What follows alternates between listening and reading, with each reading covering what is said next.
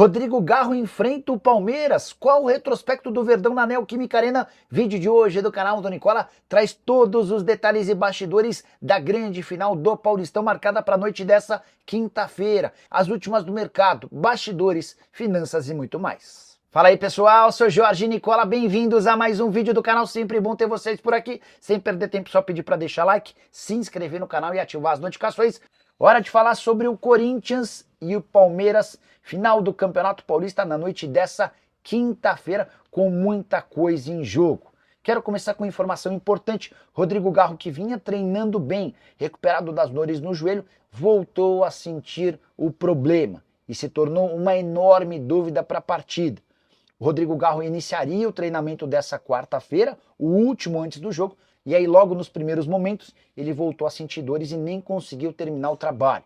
Foi para fisioterapia e está fazendo tratamento intensivo. Ninguém é capaz de cravar a presença do meio atacante argentino. Situação parecida do Martínez, volante venezuelano que esteve na vitória do seu país por 1-0 contra o Peru. Ele saiu aos 78 reclamando de um incômodo.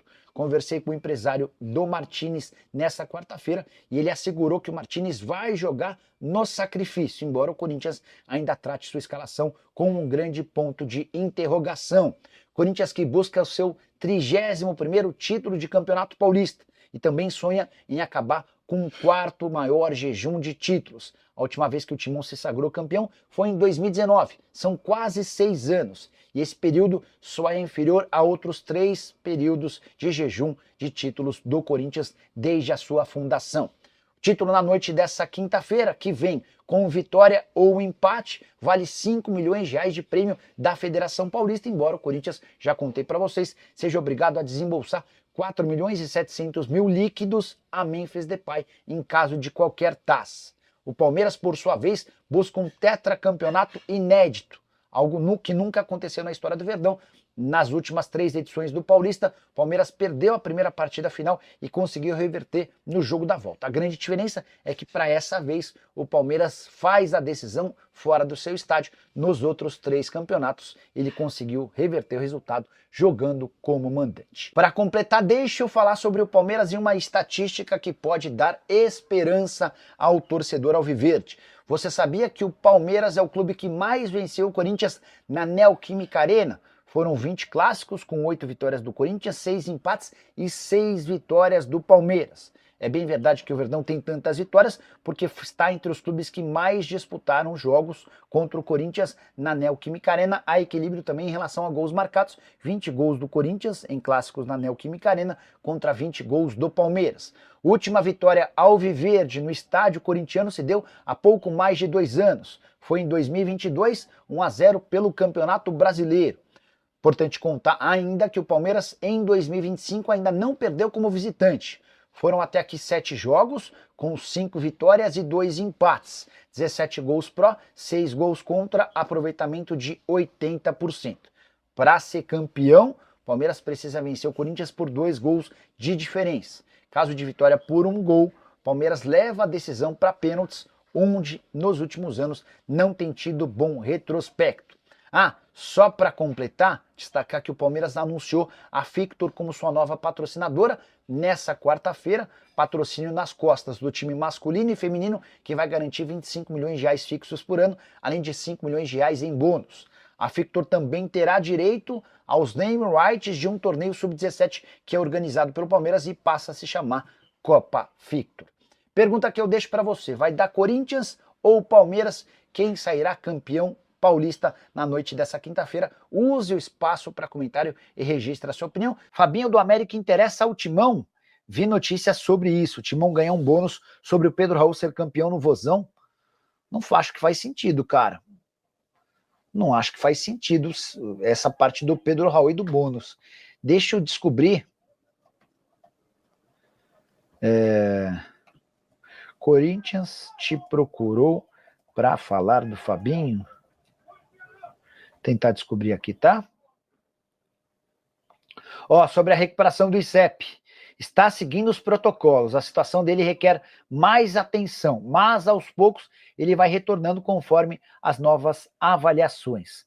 Há algum prazo? Boa noite, Nicola. Que história é essa de que a justiça negou um pedido do Augusto Melo? Bora explicar isso, Paulão.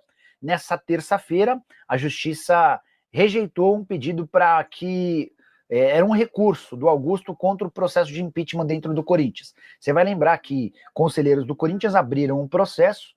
O Augusto, no primeiro momento, até conseguiu uma liminar impedindo a realização da reunião num primeiro encontro. Essa liminar foi cassada, a reunião aconteceu, mas na hora da votação, para definir pelo impeachment dele ou não, optaram por adiar essa votação. E nesse meio tempo, houve um julgamento dessa liminar que o Augusto havia conseguido lá atrás. E a Justiça entendeu por bem que é justo esse processo de impeachment e permite que o processo seja seguido.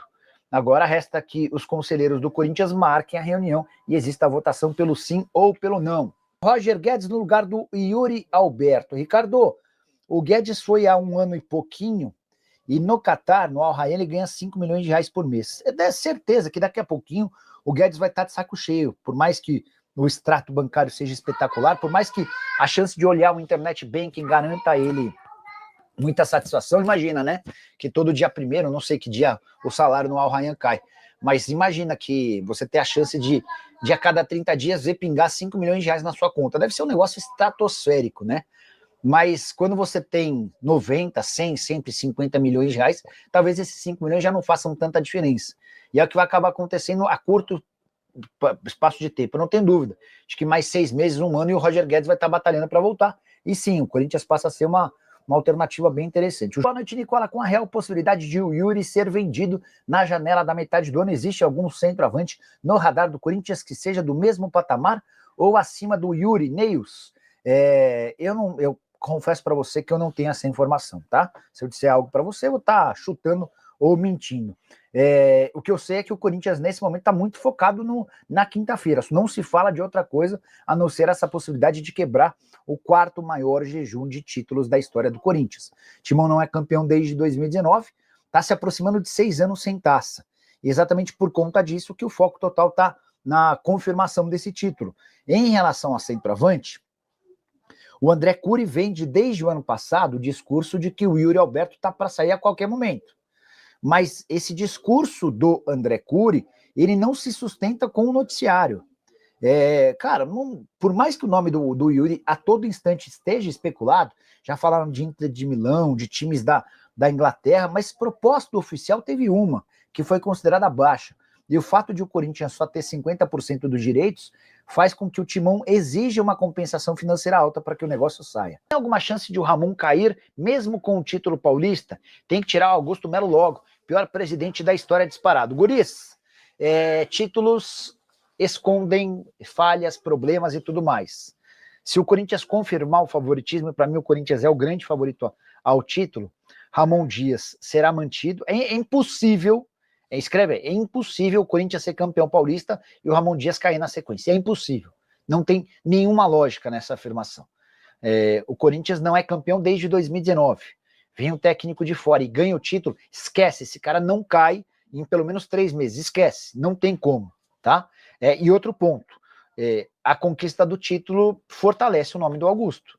O pessoal da oposição que tem adiado essa reunião do impeachment porque entende que surgiriam novas denúncias para enfraquecer ainda mais o presidente, esse pessoal da oposição vai correr o enorme risco de ver, com o título do Campeonato Paulista, a torcida jogando a favor do Augusto. Então a tendência é que, confirmado o título na quinta-feira, Augusto e Ramon Dias fiquem mais fortes, tá bom? Algum jogador que realmente o Corinthians esteja interessado e algum com chance de sair ou sendo emprestado, o pessoal do América acaba de confirmar que não há nenhuma negociação nem sondagem pelo Fabinho. Eu tenho contado para vocês que o Patrick do Novo Horizontino foi sondado, ou melhor, foi oferecido para o Corinthians, que ficou de estudar se vai enviar ou não uma proposta. Tá? O Bruno Salvador tá até perguntando sobre o Fabinho no Corinthians, né? Perguntei para o Fred Cascardo, que é o executivo de futebol do América, se o Corinthians fez proposta, sondagem pelo Fabinho, se procurou o América pelo Fabinho. A resposta foi não. Eu falei, e o Galo, ou qualquer outro clube? Ninguém. Sem procura pelo Fabinho, tá? Família, ficamos aqui com o giro de notícias do maior clube do Brasil. Claro que a gente tá falando do Corinthians. Se você gostou do conteúdo, chega deixando seu like, inscreva-se neste canal, ative o sininho de notificação. Muito importante a sua participação. Ficaremos por aqui, né? Um grande abraço no seu coração, sempre mais. Até o próximo vídeo. Vamos pra cima e vamos que vamos.